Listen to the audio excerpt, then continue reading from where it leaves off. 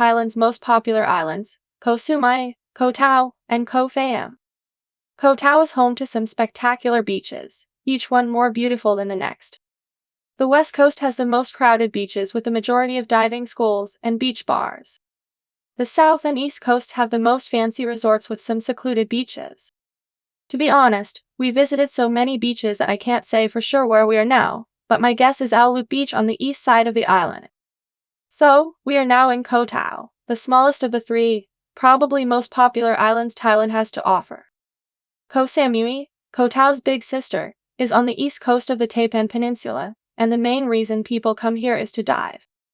Other than that, we were also supposed to go diving today, but unfortunately, I have an infection in my eye, and the doctor advised against diving. It sucks, but it gives us plenty of time to discover the island, which is also pretty cool. Since scuba diving was no longer an option for us, we decided to treat ourselves to an extra chill and luxurious resort. Man, would it be great to be back here if only for just a moment. Besides scuba diving, Koh Tao is popular because of its relaxed atmosphere, with dozens of chilled beach bars and bustling nightlife.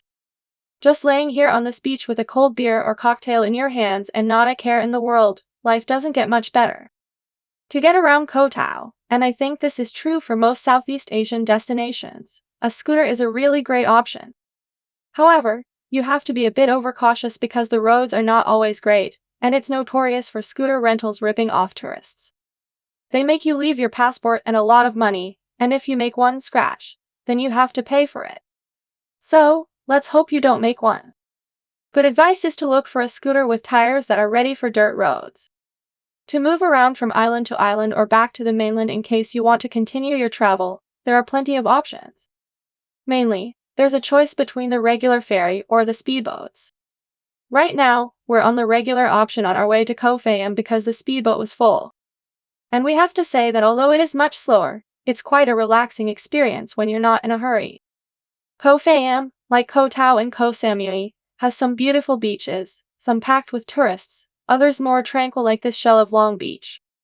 There are several viewpoints worth visiting on Koh Phaam, and this is surely one of them. Dome Silo viewpoint, right next to the Phang waterfall.